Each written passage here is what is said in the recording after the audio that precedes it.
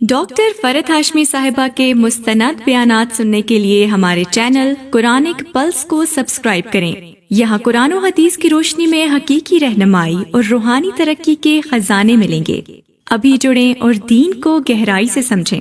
السلام علیکم ورحمۃ اللہ وبرکاتہ۔ کیا حال ہے سب کا؟ الحمدللہ۔ روزے اچھے گزر رہے ہیں؟ کس کو بہت مشکل لگا روزہ؟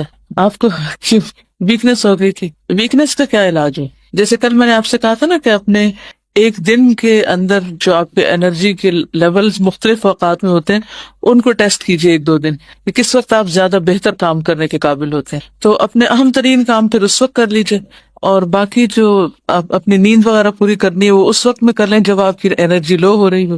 اور میجورٹی کا تو الحمدللہ اچھا گزرا، اور اللہ سبحانہ وتعالیٰ نے کتنی رحمت کی ہے کہ موسم اتنا اچھا ہو گیا۔ کوشش یہ کریں کہ وہ کام جو رمضان کے بعد ہو سکتے ہیں ان کو تھوڑا کٹ ڈاؤن کر کے، سوشلائزنگ وغیرہ کو، یا اور ایسے چیزیں جو ضروری نہیں کہ ہم رمضان میں کریں، ان کے بغیر بھی کام چل سکتا ہے، تو ان کو کٹ ڈاؤن کر کے انرجی سیو کریں، اپنا ٹائم سیو کریں، اور جو رمضان کے آپ کے موسٹ امپورٹنٹ ٹاسک ہیں ان کے اوپر اپنا وقت لگائیں، تو انشاءاللہ زیادہ بہتر ہوگا۔ اور یہ بتائیے کہ کون سا والا روزہ رکھا ہے؟ عام روزہ یا خاص روزہ؟ خاص الخاص، گڈ، خاص الخاص روزہ رکھیں، ٹھیک ہے۔ اور اس کے لیے کیا کرنا ہوتا ہے؟ اپنے دل کو ردی خیالات سے پاک۔ ردی خیالات کی قسم کیا ہو سکتی؟ مثلاً ردی خیالات، کسی کے بارے میں سوچتے رہنا اور بیکار کی باتیں سوچنا، اور ایسے خیالات جن کا حاصل کچھ نہیں، ٹھیک ہے۔ ردی خیالات کی ڈیفینیشن کیا ہے؟ وہ خیالات جن کا کچھ نتیجہ نہیں نکلنے والا، فائدے کی بجائے الٹا نقصان دینے والے۔ سب لوگ سحری کھاتے ہیں؟ کس نے سحری نہیں کھائی آج؟ اوکے، کم لوگ ہیں لیکن ہیں، تو اس لیے بہتر ہے کہ سحری کے بارے میں کچھ ضرور آپ سے بات کر لی جائے۔ نحمدہ ونصلی علی رسولہ الکریم، اما بعد، فاعوذ باللہ من الشیطان الرجیم، بسم اللہ الرحمن الرحیم، رب اشرح لی صدری ویسر لی امری واحلل عقدۃ من لسانی یفقہوا قولی۔ بسم اللہ الرحمن الرحیم۔ بعض لوگ سحری کرتے نہیں، بعض لوگ وقت سے پہلے کھا لیتے ہیں، جبکہ تاخیر سے کھانا اخلاق نبوت میں سے ہے۔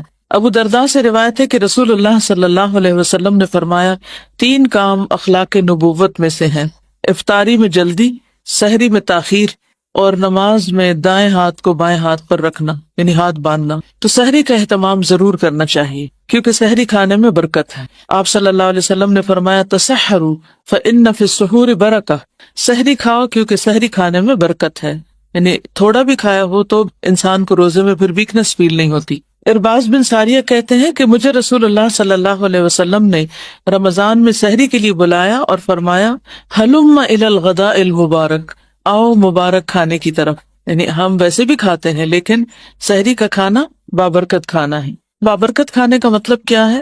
کہ اس کھانے سے انسان کو ایک خاص قسم کی انرجی اور صحت نصیب ہوتی۔ ایک صحابی سے مروی ہے کہ ایک مرتبہ وہ نبی کریم صلی اللہ علیہ وسلم کی خدمت میں حاضر ہوئے تو آپ سحری کھا رہے تھے۔ آپ نے فرمایا، یہ برکت ہے جو اللہ نے تمہیں عطا کی ہے، اس لیے اسے مت چھوڑا کرو۔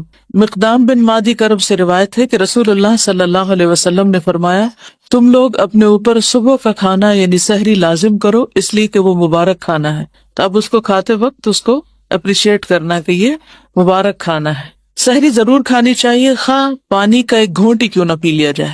یہ بعضوں کا طبیعت نہیں مان رہی ہوتی یا راتیں چھوٹی ہونے کی وجہ سے بالکل بھوک نہیں ہوتی، تو ایسی صورت میں پانی پی لینا چاہیے۔ پھر سحری کھانے والوں پر رحمتیں نازل ہوتی ہیں، آپ کھا رہے ہوتے ہیں اور فرشتے آپ پر درود بھیج رہے ہوتے ہیں، مغفرت کی دعائیں کر رہے ہوتے ہیں، کیونکہ اس وقت یہ بہت کمی محسوس ہوتی ہے کہ اس وقت تو رات کا پچھلا پہر ہے اور استغفار قبول ہوتی ہے اور گناہوں کی بخشش ہوتی ہے، اور ہم کھانے میں لگے ہوئے ہیں۔ ایک ایسی گلٹ سی اندر آتی ہے، تو اس وقت تسلی رکھنی چاہیے کہ جب تک ہم کھا نہیں رہے تھے اور جاگ رہے تھے اس وقت میں ہم دعا کر رہے تھے، اور اب ہم کھانے کی وجہ سے دعا نہیں مانگ سکتے تو فرشتے دعائیں مانگ رہے ہیں۔ اس سے پھر انسان کے اندر ایک پازیٹیوٹی آتی ہے، خوشی آتی۔ کھجور بہترین سحری، کچھ بھی کھائیں لیکن کھجور کا 1 2 3 پیس تک ضرور لے لیں کیونکہ اس سے آپ کو انرجی ملے گی۔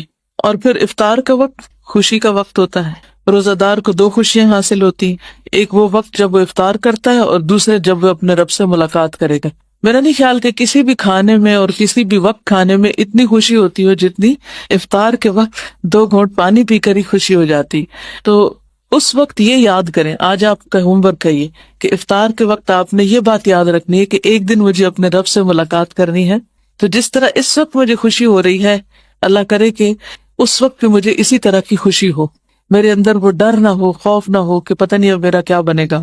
پھر یہ کہ افطار جلد کرنا مسنون ہے، افطار جلد کر لینا چاہیے، کیونکہ بعض اوقات ہم ادھر ادھر کے کاموں میں لگے رہتے ہیں، کچن سمیٹ رہے ہوتے ہیں، اچھا میں آ رہی ہوں، اور اس میں 2-3 منٹ بعض اوقات لوگ ڈیلے کر دیتے ہیں، تو ڈیلے نہیں کرنی چاہیے، بس ادھر اعلان ہو اور دوسری طرف افطار ہو جائے، چاہے پانی کا ایک گھونٹ ہی کیوں نہ ہو۔ بہترین تو یہی ہے کہ کھجور سے کھولا جائے روزہ، لیکن اگر کھجور نہ ہو تو پھر پانی کا گھونٹ، دودھ کا گھونٹ، جو بھی چیز ہو اس سے کھول لیا جائے۔